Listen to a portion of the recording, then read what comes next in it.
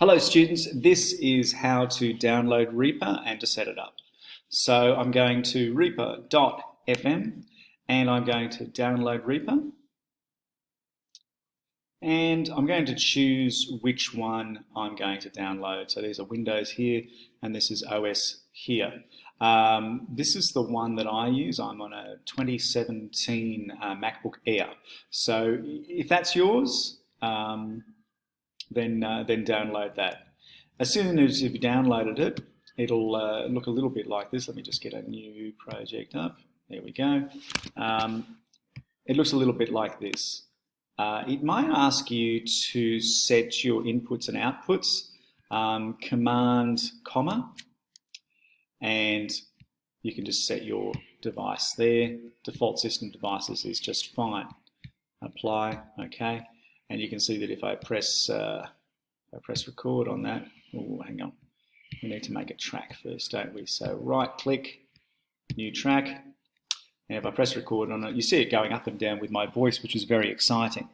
Now, what we're going to do is we're going to put some audio into Reaper, and we're going to, remember this is the audio that you had ready for today, okay? So we're going to go to Insert, Media File, and we're going to, I've got Shotgun there, okay. Now, in order to show you what to do with this, I'm just going to choose a little bit of it. Let me go to, this looks exciting here, doesn't it? Homegrown alligator, see you later. Okay, so I'm just going to use this tiny little bit of audio here. You can see that that button there is the snap. The snap makes it go from bar to bar, so you can see a little thing here going from bar to bar. It snaps to that. Basically, you can't choose somewhere in between those two lines. So I'm going to turn the snap off, right? And I'm going to put my song position cursor just there. Now, if I select that, it will turn white, and I'm going to do Command, oh sorry, not Command S, I'm just going to do S for split. And now what I've got is just like a split in between the first part of the song, this part. If we listen to it, it still sounds exactly the same. It's just that we've put a split in those there. I'm now going to select that first part and delete it. And I'm going to move this back to the beginning. And now, if I start the recording, it starts at that particular point.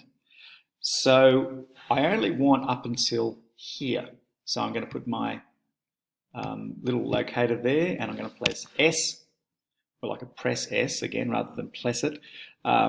Press S again, and I'm going to delete this part. Let me listen to my example. Homegrown alligator, see you later. Gotta hit the road. Now, I'm actually going to use just that bit there. Let me listen again. Homegrown alligator, see you later. So I've got a little bit of music. That's all that it is. I'm going to put my cursor there until it looks like that and do a fade. My cursor there looks like that. Do a fade. And that way, I've got an excerpt.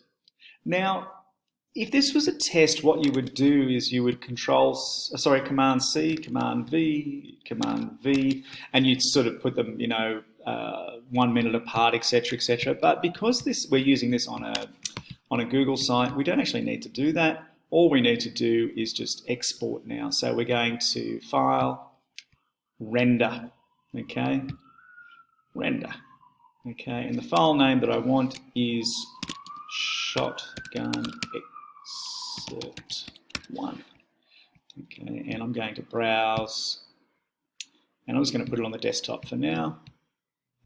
There we go.